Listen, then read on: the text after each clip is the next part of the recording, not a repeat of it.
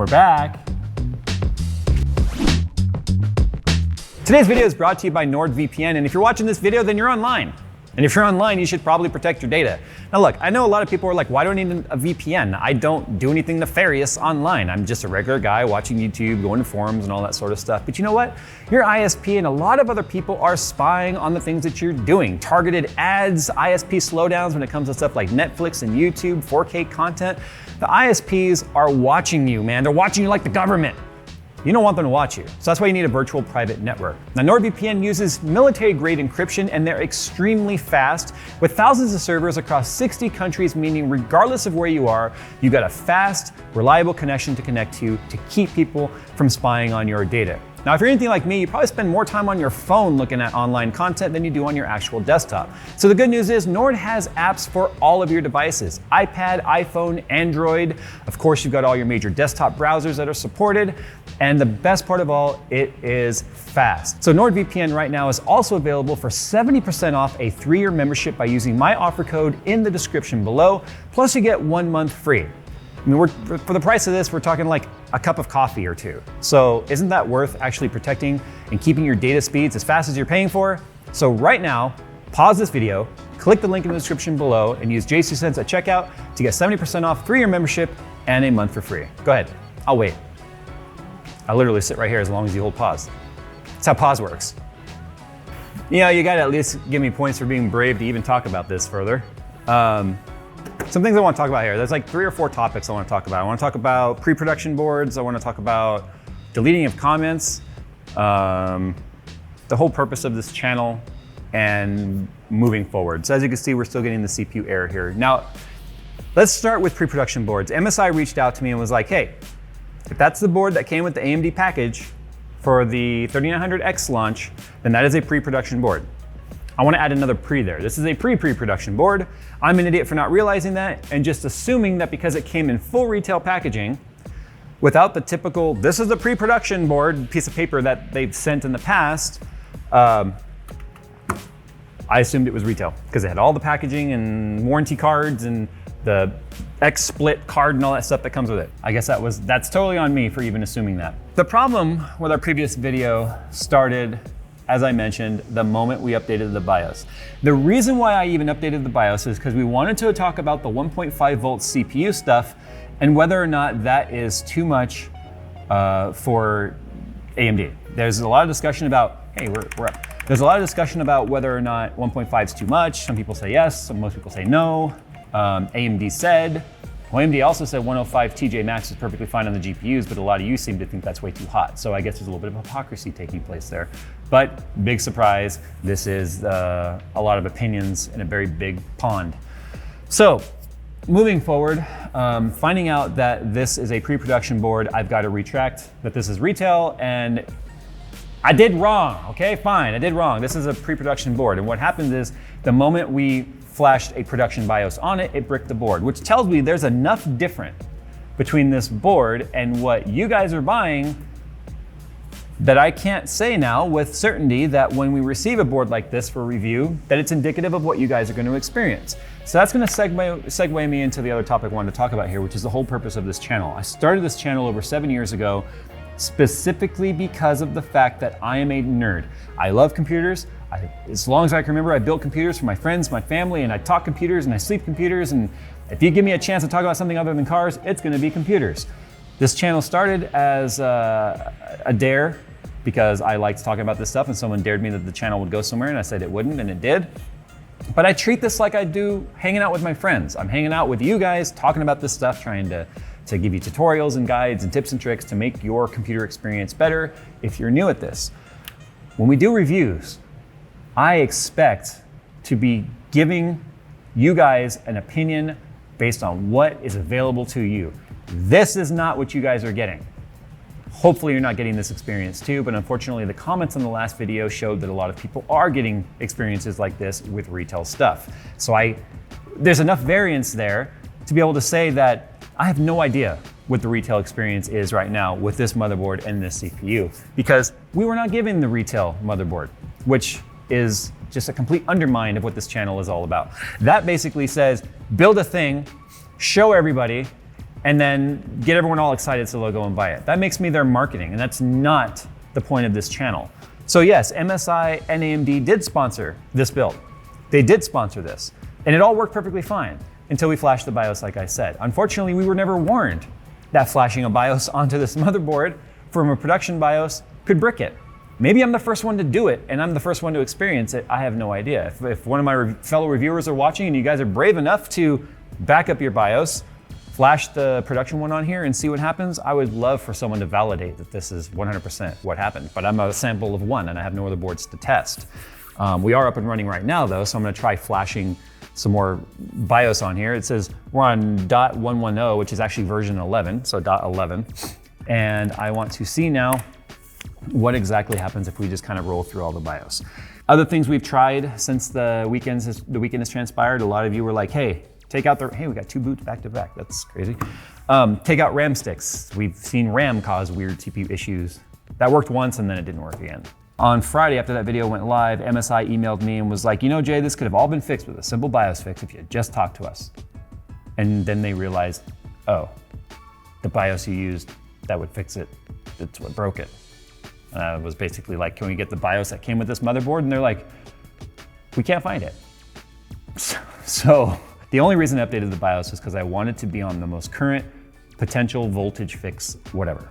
There's been some maturity that's happened in the last 2 months since 3rd gen Ryzen has launched, and I wanted to make sure I'm on the latest and greatest, because if I do a video talking about voltages and stuff and I'm on an outdated BIOS, specifically a launch BIOS, then that's another point of variance there that could cause skewed results, and that's not what I'm trying to do here.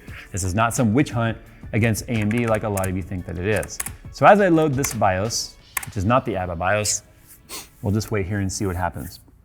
The other thing I want to address while this is kind of going is the idea of me deleting comments calling me out in that previous video.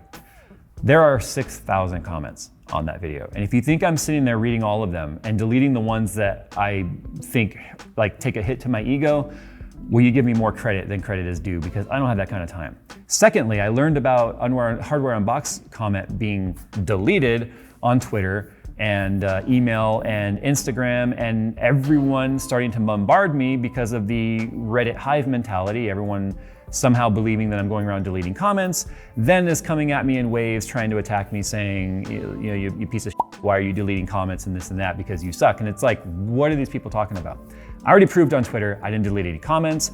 They got spam filtered 8 hours after the fact, because even though he got 1.2 thousand likes on that at the time that it was spam filtered, anyone that went into his thread and posted a link to whatever article or whatever external site, you guys got him spam filtered, not me. External links are the quickest way to get not only yourself and the original comment spam filtered because of the way YouTube handles external links, because of malicious click-throughs.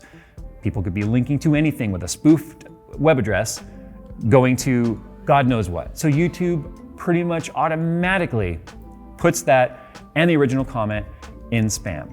So don't blame me, blame yourself if you put a link on that comment. His comment is now public again, along with MSI's, because MSI, for whatever reason, also got spam filtered.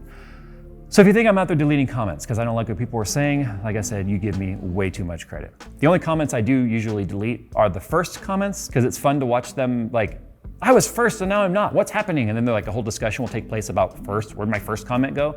I think we can all agree that's okay. First comments are YouTube cancer. Secondly, I will only delete also comments that have zero contribution to the discussion, and they're nothing but toxic and derogatory and usually like profanity-laced big diatribes of people that just want to try and tear people down. Not even against me, but if you treat someone else that way too, I will often just hide your comments and then nothing you say ever gets seen again. So that I'm guilty of, that I will always do. If you go up there and act like an asshat, you're gonna get hidden. But I don't hide other YouTubers. That just kind of goes without saying. So anyway, we are flashing this BIOS right now with version 13.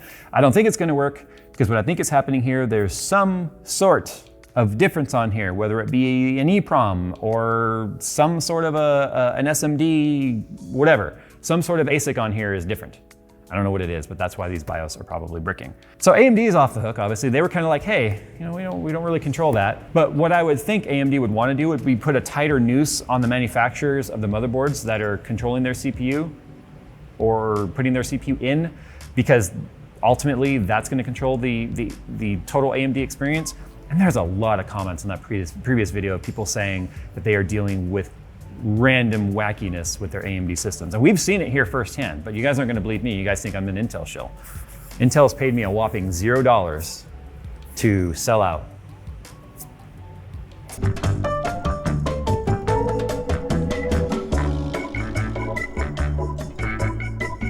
Now we heard that the 3950X has been delayed till November, which made a lot of people upset, but look, you can't get mad at a brand for wanting to delay something until it's right. If something's launched and has problems, you guys are quick to hang the brand and be like, you should have delayed this, you should have delayed it.